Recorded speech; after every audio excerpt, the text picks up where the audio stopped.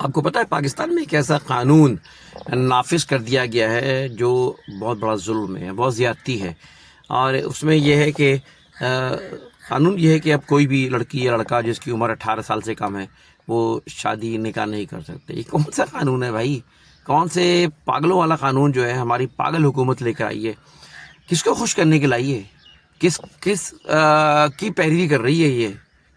مطلب آپ دیکھیں کہ اس کا مطلب یہ کہ اب کوئی لڑکا لڑکی جو ہے نا، اگر وہ کسی محبت میں گرفتار ہو گئے، کوئی کسی کو مانتا ہے، چاہتا ہے، اور وہ کوئی اور بھی شخص ہے جو کہ جلدی شادی کرنا چاہتا ہے، جس کو اسلام نے پسند کیا ہے، اسلام نے کسی کی پابندی نہیں لگائی ہے، آپ کون ہوتے ہیں اس کو روکنے والے؟ تو ایک اس وقت قانون ایک نافذ ہوا ہے جس کے اندر لڑکا لڑکی جو ہے شادی نہیں کر سکتے۔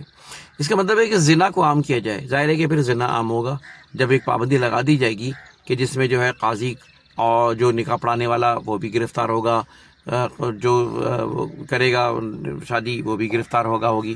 تو یہ سارا قانون جو ہے نا، اس کو مغرب کو خوش کرنے کے لیے بنایا گیا، یا پھر یہ ایک ہندو لڑکی جو شادی مطلب کہ اسلام قبول کر لیتی ہے اس کو روکنے کے لیے گیا۔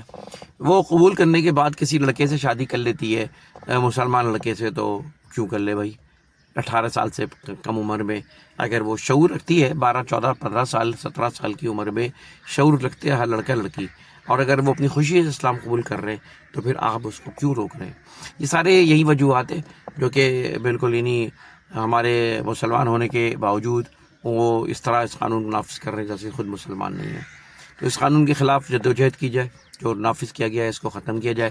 یہ ایک زیادتی ہے۔ اب اسلامی ملک ہے، اسلام کے نام پر بنایا گیا ہے یہ ملک۔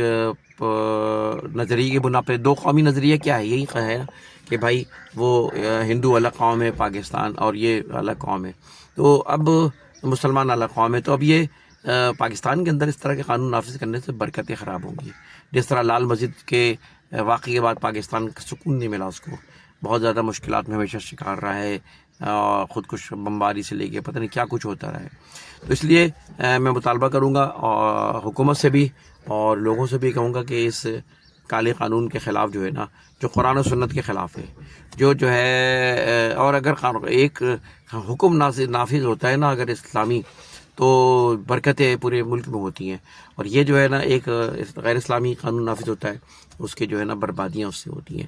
تو خدا را پاکستان کو برباد نہ کریں، اور اسلامی شاعر کو نہ چھیڑیں، ان قوانین کو جو اللہ نے بنایا نہ چھوڑیں۔ انتخاب سوری کو جا سکتے ہیں۔ ویڈیو کو لائک کریں اور بہت زیادہ پھیلائیں۔